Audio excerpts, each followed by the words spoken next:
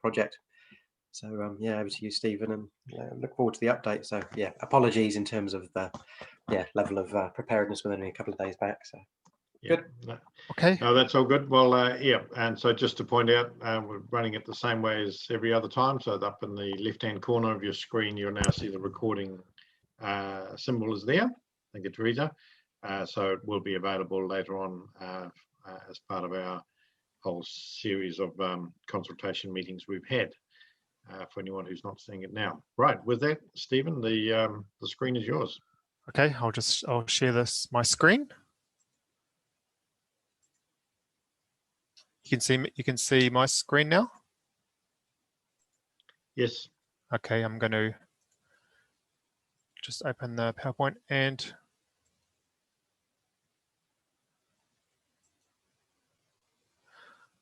okay, I'm going to kick off. I've just prepared a brief agenda. I'm going to go through parts A, B, and C. Parts A and B, hand over to Richard for parts C as an update for I&I, and we'll just wrap it up. Hopefully I can stick to these times. I'll try and motor through it. So the first part, irrigation and treatment comparison. So where are we? I just wanted to talk about the non-deficit irrigation to land work streams, which is a crunchy one. And it just as a quick reminder, you can see my mouse. I've put the shortlisted options. I've just circled them. It's just as a quick reminder, a deficit irrigation is when there's no downward drainage, and that basically can happen in the summertime when water hits the ground and basically evaporates. Non-deficit is when you're irrigating the soil to capacity and it's leaching right down. It can go to groundwater. It does so in a way that to acceptable standards, but it's really getting water into the ground. So at the last November meeting, there was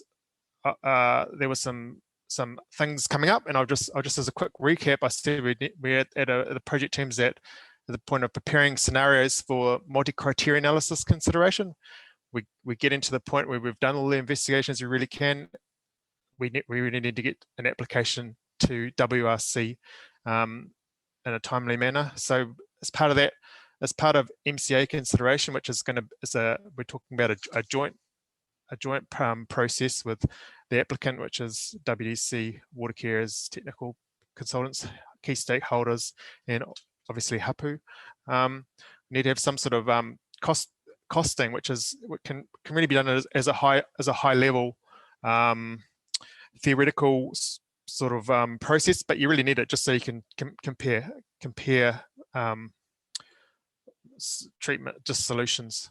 So as an update to that, we've had the draft reporting done now, and we've received these from both our lead technical specialists, Becca and PDP. They are just as evidence. I've just put the title pages up there. It's the PDP as the plant discharge options assessment, which is ready to be distributable. It's just hot off the press. So after this meeting, I'll be just getting this out there to key stakeholders, others, and just so people can really drill down. I know John will, and so that's great. We'll just get all the questions we can, just to make and just get as much understanding we can. The second part is the Becca concept and costing report, and this is a lot of work has been done over this in the later part of last year. It still needs a few tweaks, but it's just working alongside Becca. Our key project manager there. We're just hoping to get that out very, very, very soon, but I can still talk over the some parts of it tonight. So yeah, this is where we're at. So I'm just going to I'm going to dig a bit deeper into this. I'm going to just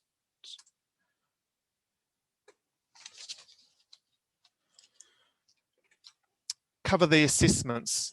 So with the short listed options, I've just listed them as we've got a marine options, which we've got M's, we've got lands, which we've called the L's. And so the land discharge options are option L1, L2, L3. So just bear with it. It's quite, there's a little bit of different labeling, but I can match the two together. So for option L1, which is the existing treatment plus the tertiary membrane, with the use of public available land, and it's an alternative discharge here that we've put New Harbour out for, but it's just public land in itself won't take the 100% of the waste yearly treated wastewater. That would be from a land perspective, that's creating a network and getting the pumping towards there. It's 5.5 million. The option 2, which is the is L3, which we're talking about the existing treatment process, oxidation ponds with a tertiary membrane, combined private land discharge, which would just be, we're talking about summer discharge, and an alternative discharge, which would be at winter when it's hard to discharge water. We wouldn't be able to put that to land. We're talking at 22 million. And for the 100% to land option, which is L2, private land discharge and storage, we're talking about the on-site storage, which is, I just want to flick back a little bit, which we needed the 150,000 meters cubed of storage for winter time. Land purchase pumping would be, it gets very high, so we're talking 47 million. So again, we just at a point of we had to do for any of these projects, you have to have something to work with and something for people to react to. So to do this, we had to do theoretical scenarios. So in the diagram here, we're talking about what do you need for option 1, which is the 100% irrigation with winter storage. We've gone over this a million times. It's not just you need extensive parcels of land, and it wasn't just a single parcel to achieve this. So we've put blobs or clusters together, just and it will come clear within the report the methodology used here to create a combined usable area, which effectively would that's discounting setbacks, waterways, steep slopes that can't take water that's beyond 30 degrees, and also you'd have to consider areas for winter storage as well. So that's how it was done. That's how it was worked through to get the figure of 47 million. And so that's the PDP work done for that. I'm gonna go to the next slide now. So the next option 3 was the non-deficit to public land with alternate discharge, and this was the 5.5 million just to get something workable, the subsurface irrigation in the ground.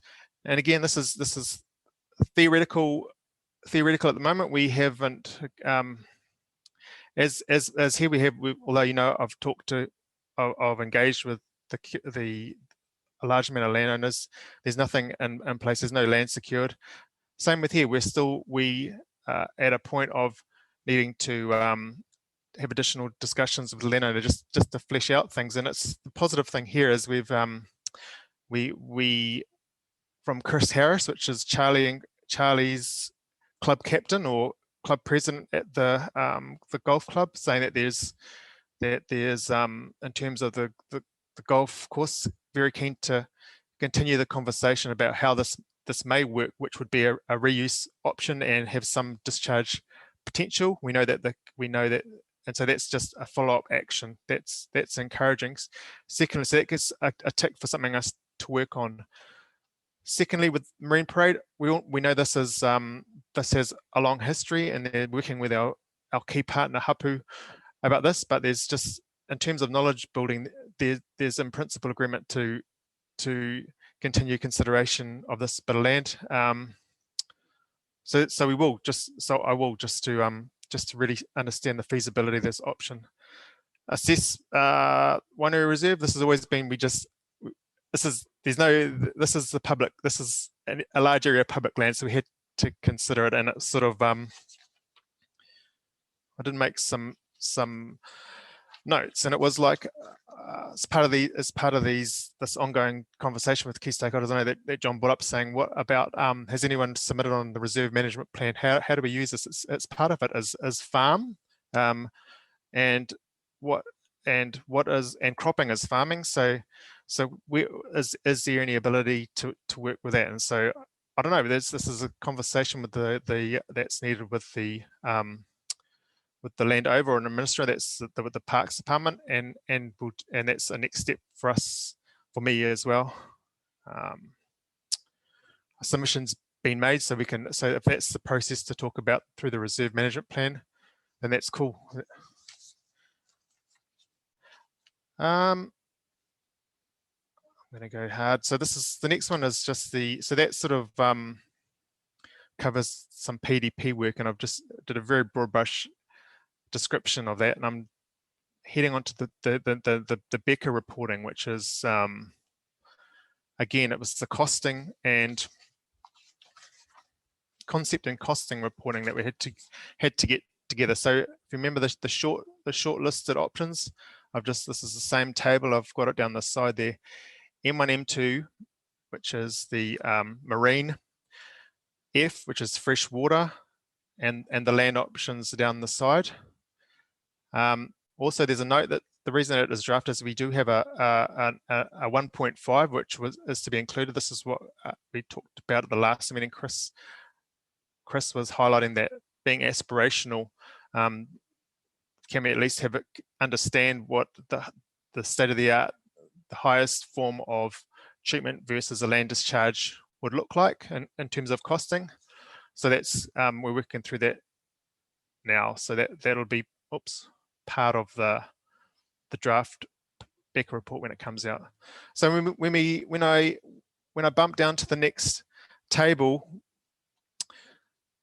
there's 3 lines there. There's the capex line, which is what we would have. This is what we start talking about with LTP budgets and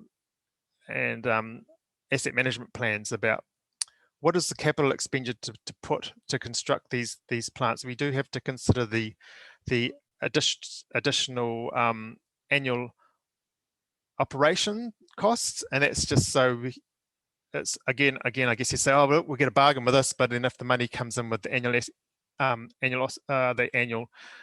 operation costs, then you're not thinking of them the options on this on a level playing field. So that's important for multi-criteria analysis. And so then the last column, the NPV, the net present value, I can't remember the acronym, but it's just saying that over the 35-year life of the asset, what is that overall cost? So I've explained it. My notes, I've explained that those couple of sentences there. And so I guess next steps, there's a lot to take in, and people are going to have to read and digest these documents, our key stakeholders, and there's going to be some intensive work needed from the project team just to be present, to workshop, just to go through it, grab all those queries. But the next step has to get down to starting the scoring methods, the multi-criteria scoring methods, and just spitballing it with my team leader and our people we've engaged to help us out with this. It's you got to start something, have something to react to, and that's sort of, if we come up with 2 or 3 options with showing a draft multi-criteria analysis from our thinking, provide it to key stakeholders, numerous groups. There's different spectrums of what people expect, what they feel is affordable to the community, and what's really needed for environmental, what's acceptable in terms of environmental effects.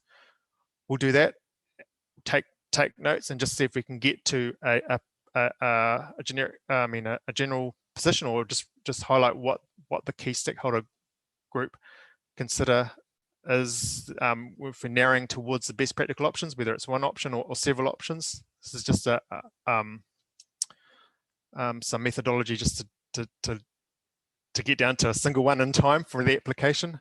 And of course, you have to do the same process with hapu. So when we propose to do it, I think I really want to just kick into this in the February and February and March. I feel like I really have to, and just how we're going to do it. If you just give me a quick sec, detail will come out, and I hope to get that to everyone very, very, very soon. I've circled L1. What I do that? Combined public land discharge, combined public land discharge and new hub route 4. So the reason I did it is just sort of we're at a point where we want to knowledge build and just get and just sort of I guess really get in just to see some workable, tangible examples about how other places are doing it. When I went to early on, I highlighted the Water New Zealand webpage and just showed what and throughout New Zealand and the Waikato region, what is the treatment versus the discharge. And there's a lot of freshwater discharges, a lot of marine discharges because it's wastewater is a tricky job.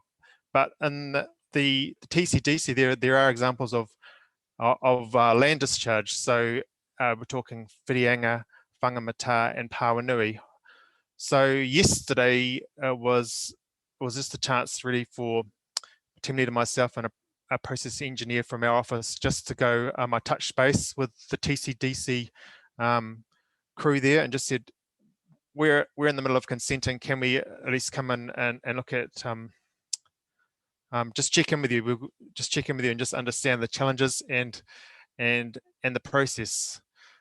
So the image I have below is their discharge, is their land discharge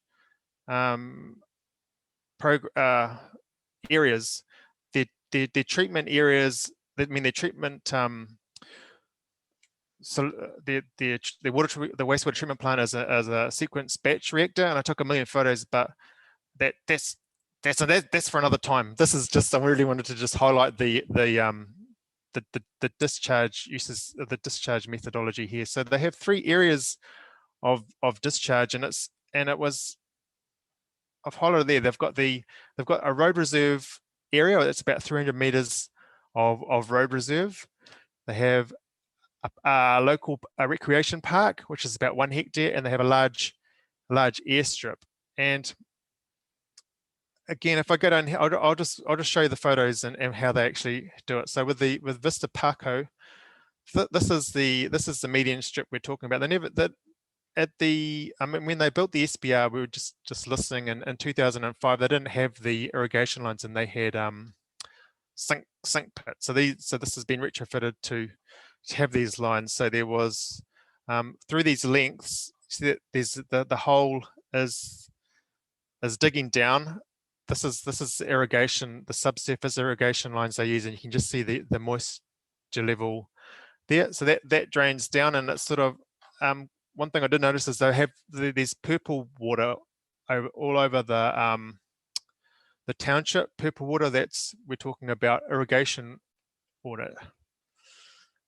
So that goes for the width of these medians, and it goes down the length for 300 meters, and they have to juggle irrigation to let the areas rest. But for this specific these fields, it can take 1,600 meters cubed per day. So when we're talking about our discharge for Raglan, we take our limit is 2,500 meters cubed per day, but our daily average is a lot lower than that. It's about 1,300 meters cubed per day, just from memory. So if I just go to the next slide, now we're talking about the Kennedy Park, and it's there's my homeboy Nigel looking out on this patch of irrigated land in the middle of sort of a dusty sort of area to the side where it's not irrigated. Again, we have the purple manhole. You can't quite see it in this photo. I don't think I can film, but these lines represent the irrigation lines. And oh, okay, I did a little bit. It doesn't matter, but this is a length of irrigation lines for 100 meters across 100 meters depth, and it's like again, it's a cricket pitch. This is a public space. Residential is very close to it. Again, it's sort of, my query was, is everyone like, what's the general gut? What's the how do Pawanui people think of it? And they said it's just there's no yuck factor. It's just it's nice to see green, and really the product is very clear. It's like water. It's not potable by any sense, but it's very high quality treated wastewater. So that was interesting. The next one was the area was Pawanui Airdrome, and oh, sorry, I'll go back to this one. Again, this can take a large amount of treated wastewater, 1,600 meters cubed per day. The aerodrome, again, this is the lengths are with irrigation lines, but it's rarely used. It wasn't used when we were there. It wasn't needed. So and there's different parameters around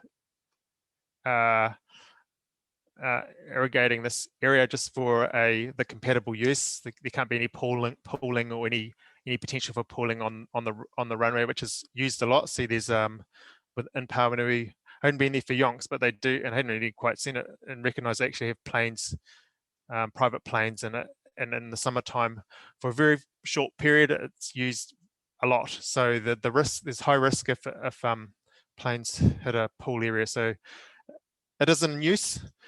So comparing us and them, it seems we know that there's different geology there, and major notes are there's very sandy soils there with a different groundwater depth. It's up higher. There's a permanent population that's very low. There's 800 people there year round. It seems that just seems so low, but I googled it, and yep, that's approximately what is there, but it can swell very high over the summertime. Like for that window of time, it can get very, very high, just similar to Raglan. Again, so in the wintertime, there's no one. It's pretty deserted, but they still, with any system, they have I&I challenges, and there would have to be there would be flows in the winter. It wouldn't just dry up. So motoring through it, that's my discussion on land irrigation. My next part is just in the innovation space, and it's part of our work streams is biosolids. And again, late last year I really needed to progress this and just really understand what are the options, rather than, I mean, at the moment it is, well, we have to get a biosolid strategy together. We have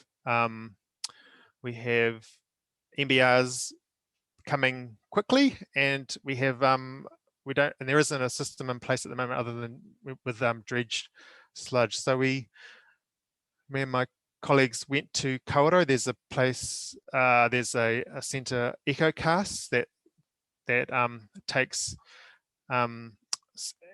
sludge from various councils.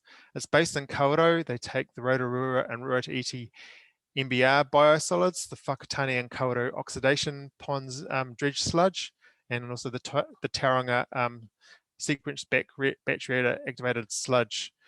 Again, so the main thing here is that there's accompanying the business model is based on actually taking this product. It isn't the selling of it. It's taking a product which would otherwise go to landfill and making it into something that could be useful. But again, their main customer is the kiwi fruit industry.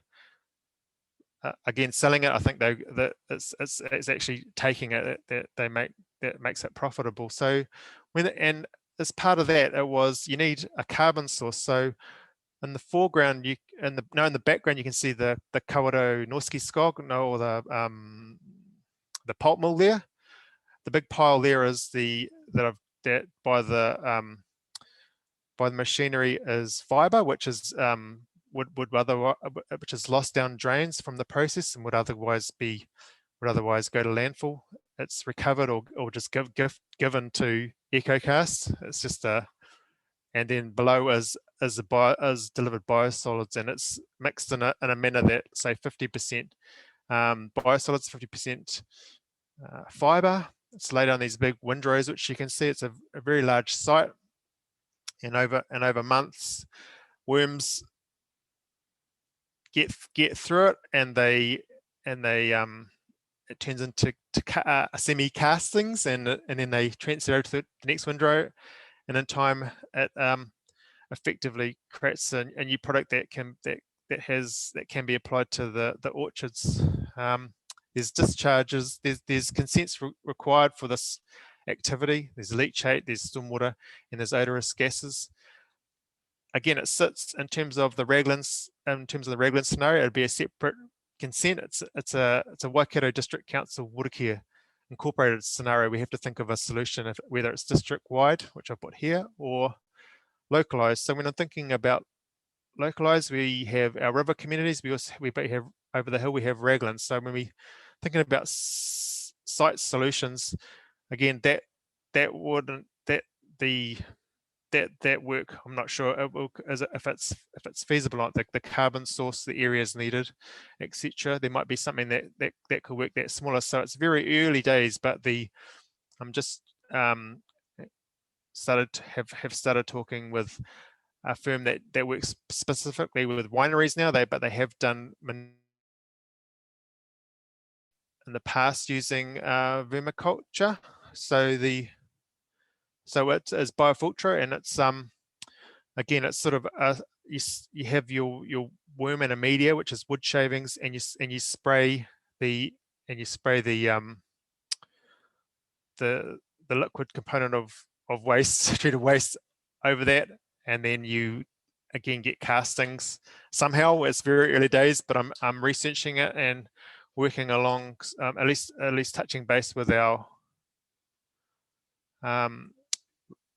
with an innovation manager that exists within water care, just to see is it applicable to this scenario. I can see that there is a lot of challenges for like getting the sludge safe. If the selected treatment is an MBR, you get sludge in it, but to spray it has to really be a liquid component. It's hard. The WAS, or the waste activated sludge and liquid, there'd be heaps of it. That's why it's really thickened. This here is just showing a press that shows it at 3%, and that's not going to be sprayable anywhere. So again, it needs to be like a water-like consistency for this to work, and in terms of the waste activated sludge, there could be too much to even for even to be feasible and be fed to worms to make a reused product. Phew, okay. I think I need a break. I'm going to hand over to Richard. This is part C, and it's just an I&I update. Thanks, Dean. One of the questions which has sort of been asked of us is how much of our wet river influences are hitting the plant for the inflow. So what we've done is analyse the flows from our terminal pump station in Marine Parade, which pumps most of our flows to the plant. So we've done an analysis, and you can sort of see from the breakdown on the slide there that 65% of it is what you do when you flush your toilet and do your dishes and have a shower and all that. There's probably about another 10%, 16% there, which is groundwater, and there's another 19%, which is pretty much fast response runoff from our little places where water can get into our piped network quickly. Now, probably about 5 years ago, WDC instituted a program called the CPI, the CIP, Continuous Improvement Program, on their wastewater network after we'd had some unfortunate overflows in Raglan. Those overflows were generally caused by burst rising mains. So we've gone through and assessed all our pressure mains from our pumps, and we have generally replaced most of them with polyethylene pipes now, which have the old asbestos cements. We've had the pipe cutouts taken and assessed to the life. So we've pretty much all our way through. But our wastewater network, part of that program which WDC instigated back then, was CCTVing all of the pipelines and assessing the condition of it. And can you just turn on to the next slide there, Steve? So we have been looking at our network and where we get poor condition and we think that the network has got problems, we are repairing it and replacing those pipes. So that goes on. Our CCTV cycle is roughly a 5-year cycle where we inspect all the pipes. But going back to that other slide, roughly we're getting over, up to 32% of water, which isn't actually what you guys send down your sewers. It leaks and that. But this is just a slide going back, Steve. The one just where that one. This is just a comparison to some other plants around New Zealand. So some of them can get up quite high, and you can get others quite low. So we're sort of in the middle area. So what we're doing, this was a first cut assessment of what actually arrives at the plant. We're now undertaking an assessment where we've got the old wastewater network model, which was done about 4 years ago, and we are splitting that up and assessing it at a finer detail in different catchments. So that will be our next update, and then one of our forthcoming meetings will be what we have found in different catchments and where the pipes and the ingress for stormwater is occurring, and we'll plus that what we'll do once we've got those sort of bad ones which are outside an acceptable level, because you get ingress in every network in New Zealand does get water getting into it. You always get a wet weather influence, but we'll overlay our condition of our pipes over that, and we'll identify potentially, we'll have another look at those leaky catchments. We'll investigate them further if the leakiness is bad enough to justify that. What's the next one, Steve? That's it, Richard. Okay, so that was wrapping it up. We started looking at I&I. We've pretty much found that Raglan does have a sort of moderate leakiness, but we're going to move forward, like we said, in summary, looking at the individual catchments, and that'll take us a month or so to get that data crunched and put through our models of our network. Okay, Steve? Yeah, thanks. And I think that's hopefully that just will answer some questions.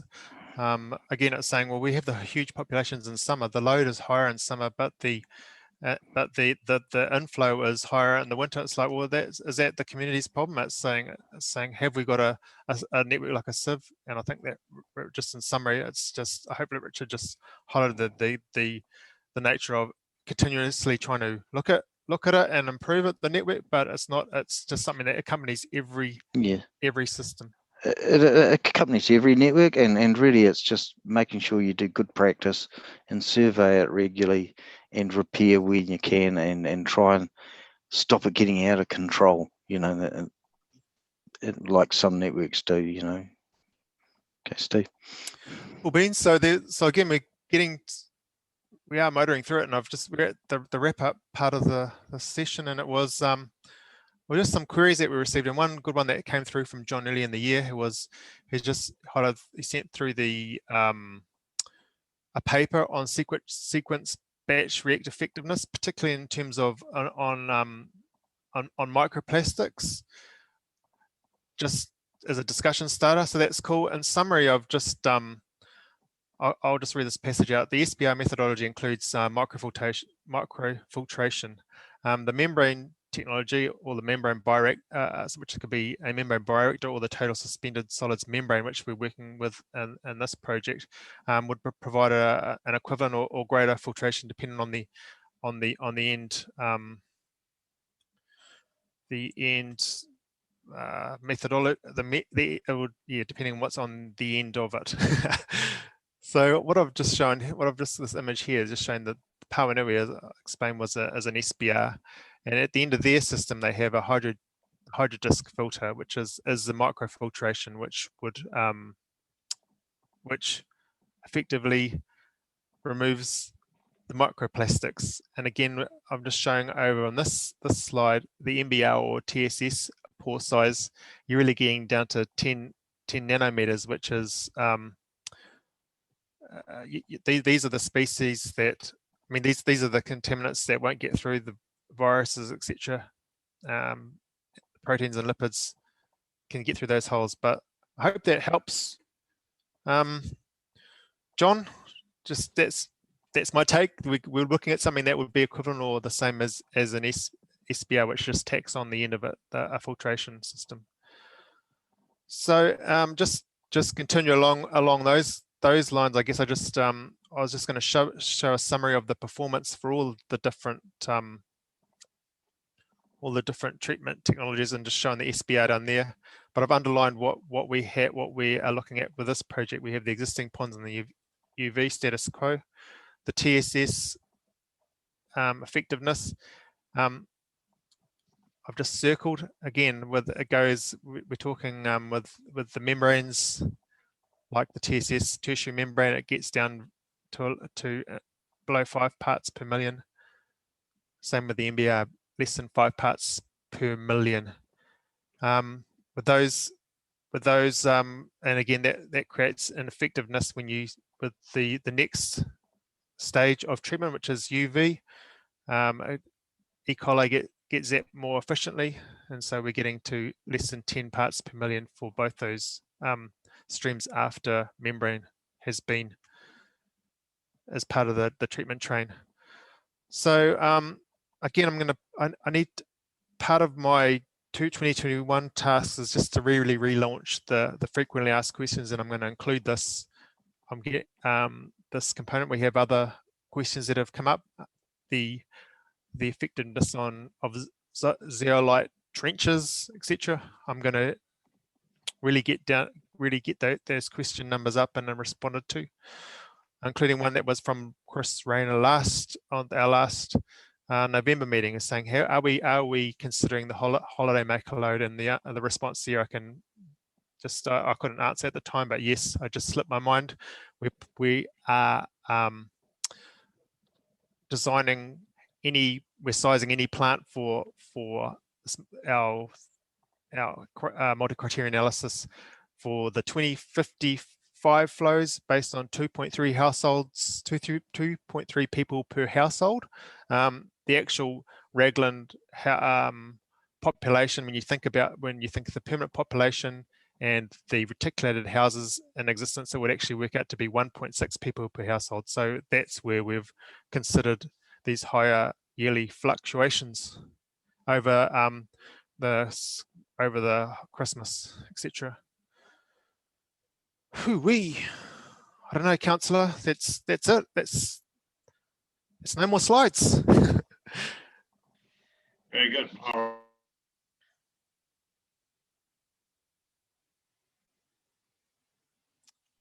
Would you like to stop sharing your screen, Stephen, and we can eyeball everybody again? Thank you for that. Yeah, certainly a lot of detail there, and you're obviously drawing on some reports which haven't been circulated yet. So we know what your holiday reading was, and the rest of us will catch up, I guess, when they're available. I do want to congratulate you also on coming back to work and then going to Pawanui and calling it work rather than the rest of us are going. It was hard. It was hot. It was hot, man. Richard had his hat on. Burnt. No, see, I didn't get burnt. I had a hat on. Yeah. Oh yeah. No, it was a very, very valuable experience, councillor. Looking at how they'd done those median strits, and you saw the difference in the lushness where this reuse water is being utilised, and not. It was quite amazing, wasn't it, Stephen? Yep. It just gives us. We have to challenge our experts as well, and just saying, okay, this is how things happen otherwise, and everyone's happy. What are we missing? Have we covered everything for this scenario of in Raglan? I think, I mean, just speaking as a layperson, you know, the numbers you're quoting about what will be absorbed through median strips and other bits of public land that we've got, it's not insignificant. I mean, these are material numbers given what we're trying to solve, and it's the biggest bit of good news out of this presentation, really. As well as being able to do it in public areas like Kennedy Park, like their airfield, where you know, I guess it's deep enough, and the grey water discharged is of a standard that's clean enough, if I can put it that way, that it is appropriate to do it down at that greater depth. So that's a very exciting avenue to explore. But we really do just have to, you know, a lot of our soils around Raglan aren't appropriate for it, so it's finding, but there are areas where we do have sandy based soils in Raglan, so yeah, it's looking at those areas a bit more closely. Yeah. Very good. All right, and in terms of Stephen, those reports, the Becker report and so on, becoming available for this group and others who are interested, what's the timeline on that? The land, just the PDP report, my intention is just to circulate it with the key stakeholder group. I am gonna have to be checking them with hapu groups as well, and then but it can go up on the website, so ASAP next week. Yes, I'm just thinking that in terms of people preparing for a that multi-criteria analysis where you're wanting input, obviously people having an opportunity to, you know, to get their heads around the reports and the available information prior will be useful, but it's very much in hand by the sounds of it. Right, well, I'm going to open it up to questions. I think, John, you've already made a comment on the chat, as well as had one of your earlier questions answered in as part of the presentation. Can I perhaps come to you first? Yeah, so I think the credit for the stuff on microplastics needs to be Ella's, because she's been studying this and understands what will and won't fit through a filter. Yeah, so I'll leave those questions to her. I looked at the map you showed of Wainui Reserve, and it struck me that last time they looked at disposal into the forest area, and this time you're looking at disposal anywhere but the forest area. So I just wondered why that was. I'd have you probably walked through the forest area a million times. Is it the slopes there? Would you say it would be above 30 degrees? Some of them would be, yes. Yeah, so that would be one of the criteria where it would be wouldn't be effective. Okay. Give us a quick second, I'll give you a ring. I'll give you a ring, and I mean you'll see the report, and I can trust that you're going to read it, and we can go through that together. Okay, thank you. And I've also put in a reminder: compost toilets. Oh yeah, and again, you got to do this because it's John's part of Raglan naturally, and this is part of their what do you call it, their mandate to do it, and I've got to do it, and he's brought up that Wellington Regional Council have a provision in their plans. Again, I just have to flesh it out for John and actually talk to the regional council and say, how do you effectively have that in the residential area composting toilets? Just it won't, again, it will need a consent, and it will fall outside of what we can do here. But again, Raglan actually is thinking there's lots of growth happening in Raglan. I mean, and it's not prohibited. So if a land developer proposed to do it, then he could put an application in for it. All right. Well, I think you got consider yourself reminded. Thank you, John. Ella, did you want to speak to the microplastics? Yes, thank you. It wasn't my research. It was, a review of many other review articles, as you noticed. And part of the problem with the microplastics are the accompanying chemicals. And I believe they would still go through these membranes, but I would have to look at that. So I don't know if you've had any look into the persistent organic pollutants that are involved with it. I don't think I saw it on your little matrix there. But. No, we this is something, the emerging organic contaminants. Again, it's a tricky one, man. And we did some testing, and I mean, there were samples collected in March. There's only one lab in New Zealand that can do it, which is the Cawthon Institute, and subcontracts to a firm in Hamilton. But there was, over COVID and others, they're processing all the country, all of New Zealand's tests, and it's just things I don't really understand. Chromatographs or whatever we're faulting it, saying, oh come on, we've got a knowledge hungry key stakeholder group committees present something and saying, look, it's on our priority list, but it's not here. So, but I get it. It's part of the, again, I can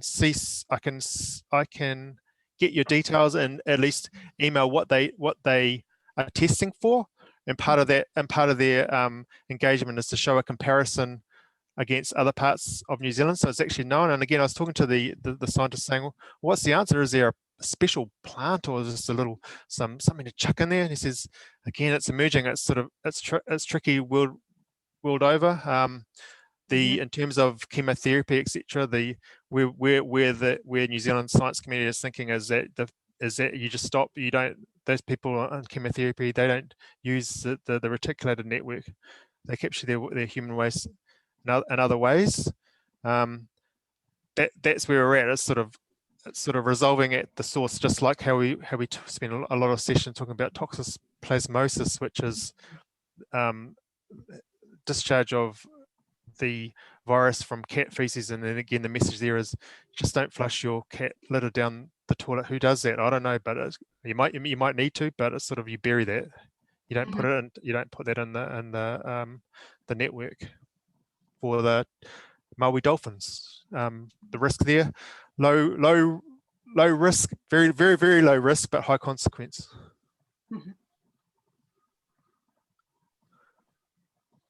We'll get there, Ella. I'll message you. Thank you. Okay. Any other questions and/or comments on what, you've covered a terrific amount of ground here. Anybody else? Axel, can I make a couple of comments? Yep, go ahead. Yes, Steve, you mentioned potential new harbour outfall. What is that going to consist of? Any ideas yet? The harbour outfall, it was in the past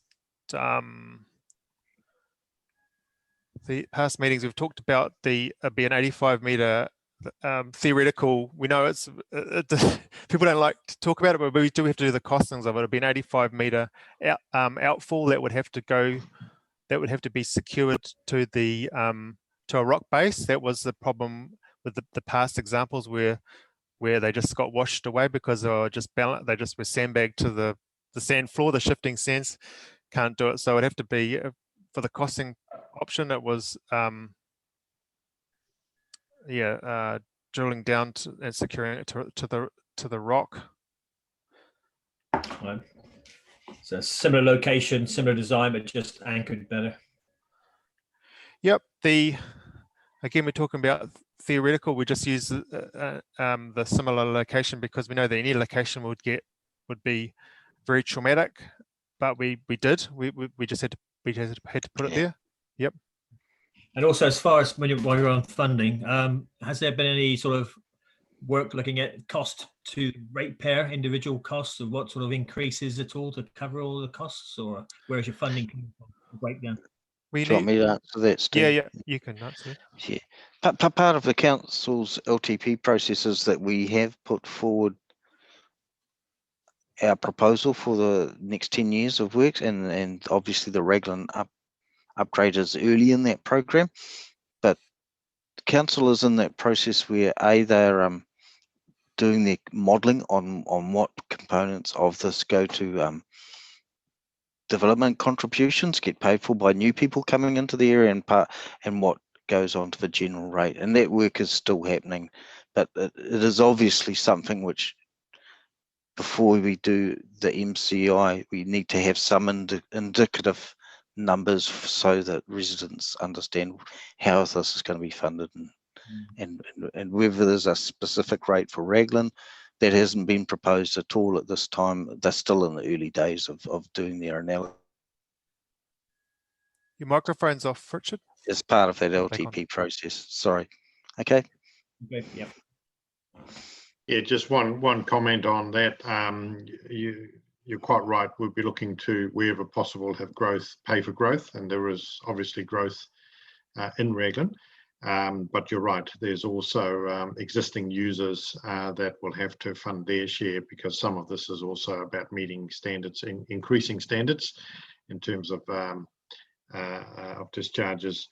So that's looking to existing users. But yeah, just a point of clarification, existing users by way of a targeted rate as opposed to general rate. I think you might have said general rate, but it is actually targeted rate is how we recover the cost of this. So people who are connected, who benefit from the service, are the ones who pay for the service. Of course, large parts of our district are not connected. They're very rural communities that are on standalone septic systems, rainwater, and so on and so forth. But I know you know that, but just clarifying it. All right, anybody else have any questions or comments at this stage?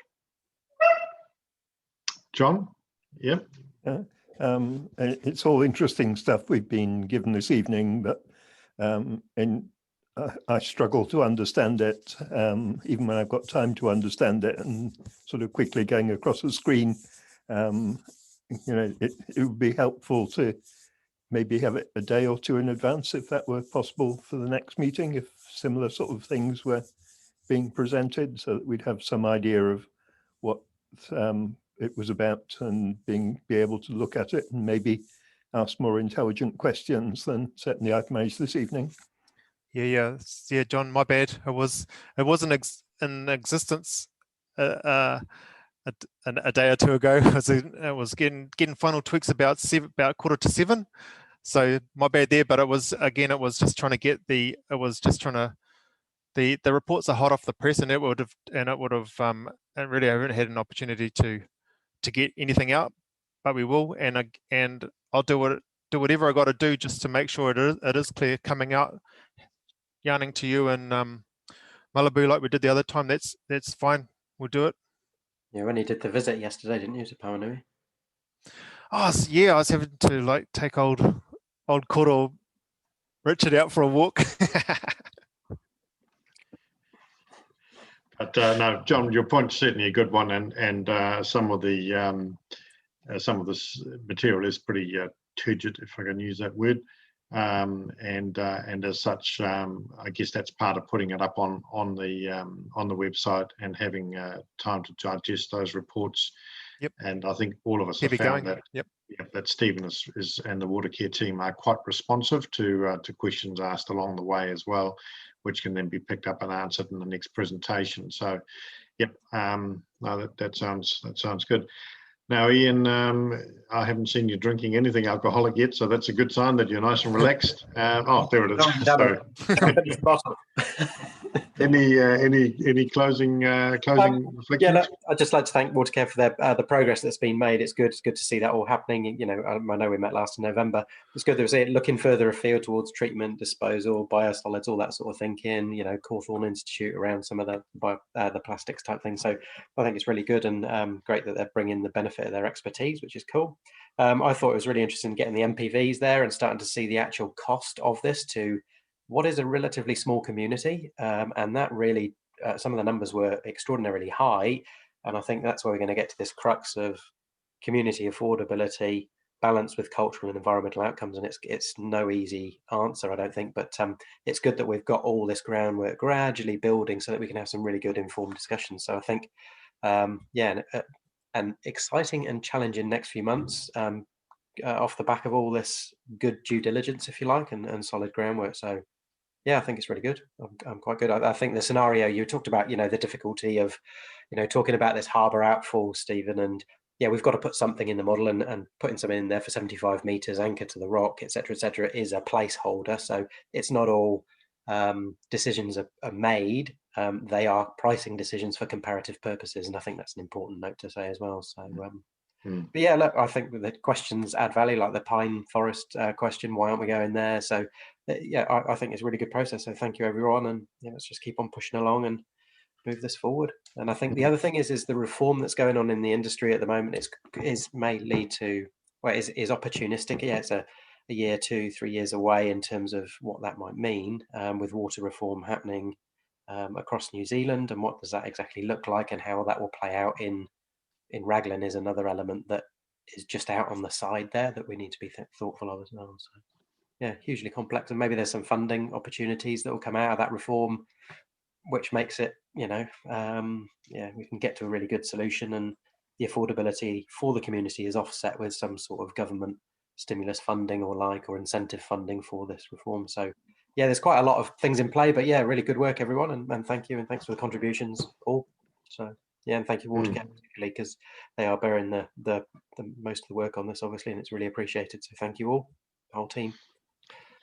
Indeed, and it sounds, Stephen, with these upcoming sort of wider inputs into that MCA, that late February, I guess March will be, I guess, another level of escalation in terms of the work and the outcomes on this project. So looking forward to that. Yep. All right, well, I'll end it there. Thank you, everyone. Appreciate we've all got options at this lovely time of year still, nice and warm outside, actually bearable outside now. So 1 o'clock, says Ian. So yeah, thank you all, and we'll see you again in the month of February. Okay, Cheers. bye-bye. Okay, thank you all. Thanks. All the best. Thank you. Right, Bye. bye-bye. Thanks, everyone.